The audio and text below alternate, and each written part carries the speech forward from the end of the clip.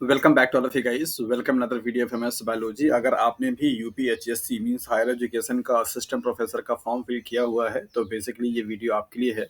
इस वीडियो में मैं बात करने वाला हूँ एडवर्टाइजमेंट 47 का जो प्रीवियस टाइम पे एग्जाम आपका हुआ था उस एग्जाम के क्वेश्चन पेपर को लेकर के। और इस वीडियो में हम लोग बात करेंगे कि जो एग्जाम आपका हुआ था उस क्वेश्चन पेपर के जो क्वेश्चंस हैं उनका कहाँ कहाँ से मीन्स किस किस टाइप के क्वेश्चंस आपके आते हैं, किस स्टैंडर्ड के क्वेश्चंस आते हैं। और सब्जेक्ट की अगर हम लोग बात करें तो सब्जेक्ट में कौन कौन से यूनिट से कितना कितना वेटेज दिया जाता है, आपको किस हिसाब से टाइम को डिस्ट्रीब्यूट करना चाहिए अपने इस एग्जामिनेशन की प्रिपरेशन करने के लिए। जैसा कि आपको ऑलरेडी बता चुका हूँ कि यहाँ पे दो सेक्शंस होते हैं। पार्ट ए जो कि 30 क्वेश्चंस कैरी करता है किसका, दैट इज द जीएस का। और ये आपके जो जीएस के क्वेश्चंस होंगे वो आपके 5 सेक्शन से आते हैं, रिसर्च मेथोडोलॉजी से और इंडियन पॉलिटी से, करंट अफेयर से, यूपी के करंट अफेयर से एंड पॉलिसीज को लेकर के, and computer and science technology से। ये 5 डोमेन हैं आपके और इन पांचों डोमेन से आपके क्वेश्चन दिए जाते हैं। 30 क्वेश्चन आपका होता है और हर एक क्वेश्चन 2 मार्क्स से क्या करता है, कैरी करता है। बाकी आपके जो पार्ट बी होगा वो आपका सब्जेक्टिव होगा, मीन्स जूलॉजी का होगा। तो यहाँ पर अगर आप देखना चाहें तो आप देख सकते हैं। पहला ही जो क्वेश्चन है बेसिकली वो आपका इंडियन पॉलिटी का है, that is who appoint the chief election commission of India. जैसा कि आप अच्छी तरीके से जानते हैं कि हाँ इसको कौन अपॉइंट करता है, जैसे लाइक प्रेसिडेंट। सो यहाँ पे बेसिकली हम पेपर को सॉल्व नहीं कराएंगे और पेपर को सॉल्व कराने के लिए अलग से वीडियो बनाएंगे बिकॉज उसमें टाइम बहुत ज़्यादा लगता है। यहाँ पे सिर्फ आपको ये दिखाना ज़रूरी है कि आपका जो क्वेश्चंस का एरिया है वो कहाँ कहाँ से आपको आता है, किन किन टॉपिक्स को आपको कवर करना चाहिए फॉर द जीएस पेपर के लिए एज वेल एज आपके सब्जेक्ट के लिए। इसके बाद देखिए यहाँ पे जनगणना से मीन्स आ गया है, तो आपका एक तरीके से बोल सकते हैं कि जो इंडियन पॉलिटी का ही पार्टी भी माना जा सकता है। तो यहाँ से आपसे पूछे गए हैं कि 2021 के सेंसस के अकॉर्डिंगली सबसे ज़्यादा महिला साक्षरता दर कहाँ पे है, तो इस तरीके का सवाल आपसे पूछा गया है।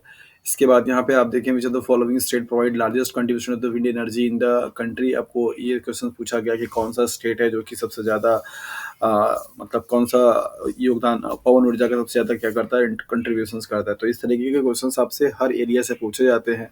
Which are the following states has the largest area under the forest. सबसे ज़्यादा जंगल कहाँ पे पाए जाते हैं, तो ये भी आपका पूरा मतलब कह सकते हैं आपकी जीएस का स्टडी का क्वेश्चन है। Which are the following tributaries of the Indus does not flow through the Pakistan. आपसे यहाँ पे पूछा जा रहा है कि सिंधु घाटी की जो कौन सी ऐसी ट्रिब्यूटरी है जो कि पाकिस्तान से होकर के नहीं जाती है। ये अपने आप में जोग्राफी के क्वेश्चन है, right. Which are the following state is the largest producer of iron ore in India. कौन सा ऐसा स्टेट है जो कि सबसे ज़्यादा आयरन की ओर को मीन्स अयस्क को क्या करता है, प्रोड्यूस करता है, करने वाला राज्य कौन सा है। तो इस तरीके से अगर आप देखेंगे तो आपको मतलब कि ज्योग्राफी से, इंडियन पॉलिटी से और करंट अफेयर से, इन सारे टॉपिक से आपके क्वेश्चंस क्या हैं पूछे जाते हैं। ये हालांकि 47 एडवर्टाइजमेंट का है, मतलब उस टाइम पे आई थिंक 17 या 19 में एग्जाम हुआ था। एग्जैक्टली डेट ईयर हमको पता नहीं है, शायद 17 में हुआ था या 19 में, राइट। तो अभी आपका जब होगा एग्जाम तो ये चूंकि वैकेंसी 2022 में आई हुई थी, तो 2022 से लेकर 2024 के बीच में जो भी आपकी इंडियन गवर्नमेंट की पॉलिसीज होंगी उनको आपको क्या करना पड़ेगा, फोकस करना पड़ेगा। वहां से क्वेश्चन आपके आने की पॉसिबिलिटी बनती है। Which are the following cities in the is not situated on the right bank of the Ganga. Ganga के जस्ट किनारे पे कौन सा नहीं है, ये आपसे पूछा गया है। तो पटना, हरिद्वार, कानपुर, इस तरीके से सवाल आपके दिए गए। कुछ जीएस वाले भी क्वेश्चन है जो कि आप ऑलरेडी आते जाने के टाइम पे भी देख सकते हैं। Who gave the call return to the word to the Veda. यहाँ पे पूछ रहा है वेदों की ओर वापस लौटो नारा किसने दिया था, तो ये आपका हिस्ट्री का क्वेश्चन हो गया। Name the founder of the Ghadar party. Ghadar party के संस्थापक कौन से थे, ये भी आपके हिस्ट्री का क्वेश्चन है। फिर which are the following revolts was associated with the Sidhu and Kanhu. तो इस तरीके से आपको यहाँ पे दिया गया है कि सिद्धू और कान्हो से संबंधित कौन से विद्रोह हैं, ये भी आपके हिस्ट्री का क्वेश्चन है। The parliament of India consist of. जो संसद भवन होती है उसमें क्या क्या शामिल होता है, Rajya Sabha, Lok Sabha, president of India. तो इस तरीके के सवाल आप लगा सकते हैं, से बेसिक क्वेश्चन है। तो ऐसे ही आपको देखिए यहाँ पे आर्टिकल से क्वेश्चन आना शुरू हो गया। इसके बाद the number of member in Lok Sabha elected from state is. कितने मेंबर जो है वो निर्वाचित किए जाते हैं लोकसभा के लिए। इस तरीके से पॉलिटी का क्वेश्चन यहाँ पे दिया गया। फिर स्पोर्ट्स से भी देखिए आप क्वेश्चन दिया जा रहा है। यहाँ पे आपको फीफा वर्ल्ड कप लाइक अभी आपका रिसेंटली जो स्पोर्ट्स हुआ है उसकी स्पोर्ट्स से आपके क्वेश्चंस बनने की बहुत बहुत ज़्यादा पॉसिबिलिटी है, जो कि जिसके बारे में आपने देखा कि हाँ बहुत सारे ब्रॉन्ज मेडल और मेडल वगैरह जीते गए। तो यहाँ पे आप देख सकते हैं इस तरीके से। नेक्स्ट जो क्वेश्चन है आपका कर्नाटका की असेंबली के लिए पूछा गया क्या है, तो पॉलिटी का लेकर के करंट अफेयर का लेकर के, सेंसस को लेकर के, कंप्यूटर साइंस को लेकर के, ये सब कुछ आपसे बहुत अच्छे से सवाल पूछे जा रहे हैं और पूछा भी जाएगा।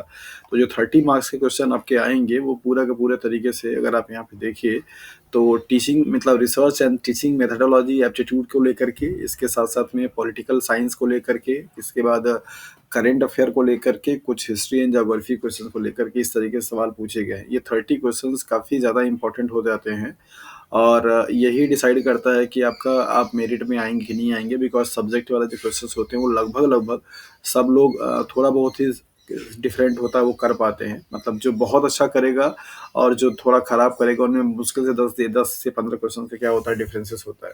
यहाँ पे ये पार्ट बी है जो कि आपका ज़ूलॉजी का है, मीन्स आपका प्राणी विज्ञान यहाँ पे हिंदी में लिख रखा है, तो ये ज़ूलॉजी का आपका सेक्शन होगा और यहाँ पे 70 क्वेश्चंस होंगे और हर क्वेश्चंस क्या करेगा 2 मार्क्स को कैरी करेगा, तो इस तरीके से 140 मार्क्स का पूरा क्या होगा आपका ये क्वेश्चंस होंगे और ये पूरा आपका सब्जेक्टिव होगा। तो जैसा कि आपको मालूम है कि ज़ूलॉजी में टोटल 10 यूनिट आपको दे रखा है, तो इस तरीके से अगर आप देखें तो हर यूनिट से आपके 7 क्वेश्चंस का क्या होता है, 7 क्वेश्चन फ्रॉम पर यूनिट आपका क्या है, एक रेशियो है। तो जैसा कि आपको मालूम है कि इवोल्यूशन है, इकोलॉजी है, जेनेटिक्स है, मॉलिक्यूलर बायोलॉजी है, सेल बायोलॉजी है, बायोकेमिस्ट्री है, राइट? तो इन सब से क्या आएगा आपका आएगा। पहला सब ये सब जो सवाल आपको दिए जा रहे हैं वो सब यहाँ पर आपको ये समझने की ज़रूरत है कि कितना लेवल का क्वेश्चन, जैसे largest criminal capacity was found in. अब ये बहुत ही सिंपल सा सवाल है, मतलब इसमें कुछ आपको सोचना नहीं है, कुछ एनालिटिकल पावर नहीं है, मतलब फैक्ट बेसिस पे है। अगर आपको पता है तो फिर आप लगा पाएँगे, नहीं पता तो आप इसमें कुछ भी नहीं कर पाएँगे। Not like just in CSIR आप एग्ज़ामिनेशन। सीएसआईआर में क्या होता है कि आपको आने के बावजूद भी मतलब आपको लॉजिक लगाना पड़ता है, घुमा करके क्वेश्चंस पूछता है, वैसे टाइप क्वेश्चंस यहाँ पे नहीं है। तो अगर आपने टीजीटी एग्जामिनेशंस की तैयारी की हुई है या फिर आपने टीजीटी एग्जाम का तैयारी किया हुआ है, तो ये सारे क्वेश्चंस भी आपको काफ़ी हेल्प करेंगे उसके इसके एग्जाम्स के लिए प्रैक्टिस करने के लिए। Who coined the word circadian, तो यहाँ पर आप देखिए कि सिंपल आपसे पूछा जा रहा है कोई साइंटिस्ट ने सर्केडियन जो शब्द था वो दिया था, अगर आपको याद हो तो आप कर पाएंगे, अदरवाइज नहीं कर पाएंगे। तो ऐसे ही आप यहाँ पे देख पाएंगे जैसे like as the first nuclear transplant from a animal to an egg that produces a normal adult was performed in. तो मेमोरी बेस्ड क्वेश्चन है, फैक्ट बेसिस पे है कि हाँ पहली बारी कौन से किस में किया गया था जो कि ट्रांसप्लांट करके बनाया गया, राइट? यहाँ पे दिया है जैसे identify the technique that uses live microbe to degrade the environmental pollutant. तो ऐसे कौन सा वो टेक्निक है जो कि माइक्रोब्स को यूज करके इन्वायरमेंटल पॉल्यूशन को क्या किया था, रिमूव किया जाता है। तो अच्छे तरीके से आप लोग जानते हैं दैट इज बायो रेमेडिएशन। हालांकि मैं पेपर यहाँ पे सॉल्व नहीं करा रहा हूँ, तो आप अभी इसको सोल्यूशन के रूप में मत देखिए, आप सिर्फ ये देखिए कि आपके क्वेश्चंस का स्टैंडर्ड कैसा है और आपको किस लेवल की तैयारी करने की ज़रूरत है। मतलब आपको बहुत ज़्यादा डेप्थ में जाने की ज़रूरत नहीं है, लेकिन सारे यूनिट को कवर करने की ज़रूरत है और ज़्यादा से ज़्यादा आपको प्रैक्टिस करने की ज़रूरत है। ये वेस्टर्न ब्लॉटिंग से क्वेश्चंस आया हुआ है, फिर स्टैटिक से क्वेश्चंस आए हुए हैं आपके, राइट? तो इस तरीके से आप देखिए तो लगभग वेटेज सब यहाँ पे देखिए, secondary structure the protein can be determined by, ये आपका बायोकेमिस्ट्री क्वेश्चंस हो गया। तो आपको अगर वेटेज निकालना होगा तो आप इससे समझ पाएंगे कि हाँ कितने क्वेश्चंस कहाँ से आ रहे हैं।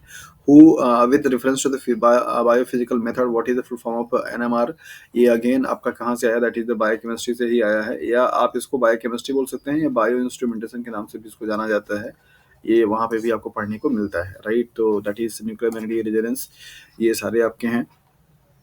और इसके बाद one of the following technique use to detect specific protein in tissue, homogenate और एब्स्ट्रैक्ट। तो ये सब आपके सब टेक्निक से क्वेश्चंस पूछे जा रहे हैं। बड़ा अच्छा ये सवाल है, बट ये है कि बहुत ही बेसिक वाले क्वेश्चंस हैं। Number of chromosome in primary spermatocytes, ये आपको रिप्रोडक्शन से means that is developmental biology का आपका यूनिट जो दे रखा है, उस यूनिट से आपको ये सवाल है। तो डेवलपमेंटल बायोलॉजी में आपने पढ़ा होगा गैमेटोजेनेसिस, और गैमेटोजेनेसिस में आपने पढ़ा स्पर्मेटोजेनेसिस एंड oogenesis, और यहाँ पे सवाल आपको स्पर्मेटोजेनेसिस से ही पूछा गया है। ये बड़ा ही अच्छा सवाल है और बहुत बेसिक सा सवाल है, आप आसानी से उसको कर पाएंगे। Change from pyrimidine to the purine and purine to the pyrimidine is called, ये आपका म्यूटेशन से क्वेश्चन दिया जा रहा है जिसमें आप पढ़ पाए होंगे दैट इज ट्रांसवर्जन और ट्रांजिशन। ये बड़ा ही इजी टाइप का टॉपिक है, ये सब कुछ आप लोगों ने सीएसआईआर में पढ़ा होगा, नहीं तो फिर आप उसको रिवीजन कर लीजिए और देख लीजिए किसी टाइप के क्वेश्चन आपसे एग्जाम में पूछे जाते हैं। अब देखिए कितना सिंपल सा सवाल है। During transcription the how of how the genetic information is from. तो आपसे पूछ रहा है ट्रांसक्रिप्शंस में क्या होता है, तो आपको अच्छी तरीके से मालूम है कि डीएनए से क्या बनता है, आरएनए बनता है, उस प्रोसेस का आप क्या बोलते हैं, ट्रांसक्रिप्शन बोलते हो। तो यहाँ पे सिंपली आपसे ये पूछा जा रहा है DNA to RNA, DNA to DNA, DNA to protein, DNA to RNA, आसानी से आप लगा सकते हैं। तो कुछ कुछ बेसिक बेसिक क्वेश्चन हैं यहाँ पे। पूछा गया in the double helix DNA there are 10 bases in the complete tween the successive base pairs are. अब पूछ रहा है कि यहाँ पे 10 बेस पेयर होते हैं और आपका कितना वहाँ पे इनके बीच का डिफरेंसेस होगा। तो ये बड़े आसानी से आप लोगों ने बेसिक डबल हेलिकल मॉडल में पढ़ा हुआ है, सीएसआईआर के बच्चों के लिए इजी सा क्वेश्चन होगा, आसानी से वो कर पाएंगे। ये सेल साइकिल से सेल सिग्नलिंग से क्वेश्चन आपको पूछा गया, साइक्लिक एएमपी का क्या रोल है जी पाथवेज में, तो आप इसको बता सकते हैं कि ये क्या करता है। अपोप्टोसिस क्या प्रक्रिया है इसके बारे में पूछा गया है। और यहाँ पे आपको पूछ रहा है कि अगर आप जब इमीडिएटली बहुत ज़्यादा हैवी एक्सरसाइज करते हैं तो कौन सी प्रोसेस होती है, मोस्ट लाइकली आपके यहाँ पे पूछे गए। तो अगर आप इस क्वेश्चन पेपर का एनालिसिस करेंगे तो आपको मिलेगा कि पेपर में जो क्वेश्चंस पूछे गए हैं वो काफ़ी ज़्यादा हद तक आपसे फैक्ट बेसिस से पूछे गए हैं, मेमोरी बेसिस से पूछे गए हैं, कोई ऐसा रीजनिंग और लॉजिकल टाइप का पेपर नहीं है। हालांकि मैं इस बात को जरूर सजेस्ट करूंगा कि ये 47 का एडवर्टाइजमेंट है और जो आप देने जा रहे हैं वो 51 का है, मतलब यहाँ पे 3 टाइम्स आपका मोर पेपर के एडवांस होने की पॉसिबिलिटी बनती है। अब जो पेपर बनेंगे थोड़ा सा टफ बनेगा, थोड़ा सा लेंदी भी हो सकता है और थोड़ा ट्रिकी भी हो सकता है। तो अपनी तैयारी आप इस पेपर के एकदम पूरी तरीके से अकॉर्डिंगली मत कीजिए, इससे हायर लेवल की तैयारी आप अच्छे से कीजिए, ताकि अगर आपके टिपिकल क्वेश्चंस भी आएँ तो आप आसानी से कर पाएँ। आपको अच्छी तरीके से मालूम है कि इस वाले एग्ज़ाम में नंबर ऑफ कैंडिडेट बहुत ज़्यादा देने वाले हैं और अगर गलती से भी ये फॉर्म फिर से रीओपन हो गया, फिर तो कितना तगड़ा कॉम्पिटिशन होगा इसका कोई अंदाज़ा नहीं लगा सकता है। तो आपको बहुत ही एक्यूरेसी के साथ में और बहुत ही अच्छे तरीके से स्ट्रैटेजी बनाकर तैयारी करनी होगी, तब जाकर के आप कहीं रिटन एग्ज़ाम क्वालीफाई करेंगे इंटरव्यू के लिए और इंटरव्यू में आप बैठ पाएँगे। तो अगर आप इस पूरे पेपर का एनालिसिस करेंगे तो आपको यही मिलेगा कि बहुत ही नॉर्मल टाइप के क्वेश्चंस आपसे पूछे गए हैं। यहाँ पे पूछ रखा है word dilation of stomach result, dilation के टाइम पे स्टमक में क्या होता है, which are the following are the egg laying mammals. अब बताइए कितना ही सिंपल सा सवाल है, 11th-12th क्लास के बच्चे भी इसको पढ़ते हैं, उनको पढ़ाया जाता है और अगर आपने जूलॉजी पढ़ी है तो आप आसानी से इसको बता पाएंगे। मतलब अगर आपको पता है तो आप बता पाएंगे, अदरवाइज आप कुछ कर भी नहीं पाएंगे, इसमें कोई लॉजिक लगाने का कॉन्सेप्ट है ही नहीं। तो इस तरीके की चीज़ें हैं यहाँ पे, राइट। तो जूलॉजी के लोअर जूलॉजी और लोअर जो आपके हायर जूलॉजी से भी क्वेश्चंस आपके पूछे गए हैं, फिजियोलॉजी से क्वेश्चन पूछा गया है।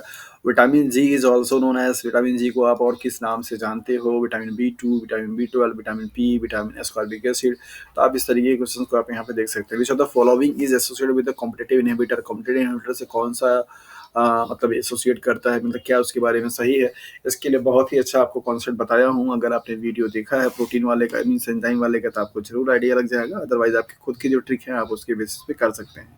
सो ओवरऑल फाइनली अगर देखा जाए तो यहाँ पे आपको ये समझ में आता है कि जो क्वेश्चंस का स्टैंडर्ड है यूपीएचईएससी असिस्टेंट प्रोफेसर एग्जामिनेशंस के लिए वो बहुत टफ नहीं है। आपको ज़रूरी सिर्फ ये है कि सारे यूनिट को कवर करें और ज़्यादा से ज़्यादा प्रैक्टिस करें। प्रैक्टिस करने पे फोकस आप ज़्यादा दीजिए और अगर प्रैक्टिस करने के बाद जो क्वेश्चंस नहीं आते हैं उनको तब स्टडी कीजिए, देखिए कि आपको कहाँ पे प्रॉब्लम हो रही है।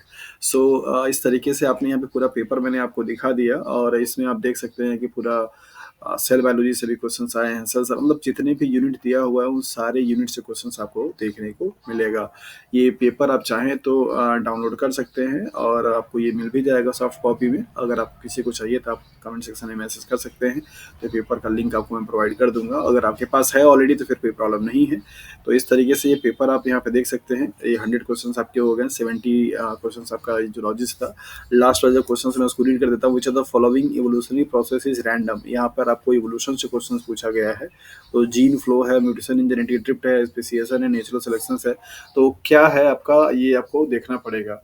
अगर आप चाहते हैं कि इस पेपर को पूरा तरीके से सॉल्यूशंस दिया जाए तो आप कमेंट सेक्शंस में बोल सकते हैं और कि आपको इसका पूरा सॉल्यूशन चाहिए, आपके लिए हेल्पफुल रहेगा। तो डेफिनेटली एक सेपरेट वीडियो में आपको पूरे पेपर का एक्सप्लेनेशन करके रिकॉर्ड करके आपको वीडियो बनाकर अपलोड कर देंगे। सो आज के लिए इतना ही। नेक्स्ट वीडियो में मिलेंगे किसी और इन्फॉर्मेशन के साथ। तब तक आप अपने अच्छे से ख्याल रखिए, स्टडी करते रहिए और अगर आपको कोई प्रॉब्लम है असिस्टेंट प्रोफेसर के एग्जामिनेशन की प्रिपरेशन के लिए, सीएसआईआर नेट एग्जामिनेशन की प्रिपरेशन करने के लिए या केवीएस पीजीटी सीजीपीटीएम को लेकर के, तो आप यूट्यूब चैनल पे मीन्स MS बायोलॉजी के यूट्यूब चैनल पे जो नंबर है उस पर आप मैसेज या कॉल कर सकते हैं या कमेंट सेक्शन में प्रॉब्लम को मेंशन कर सकते हैं। So thank you for watching this video.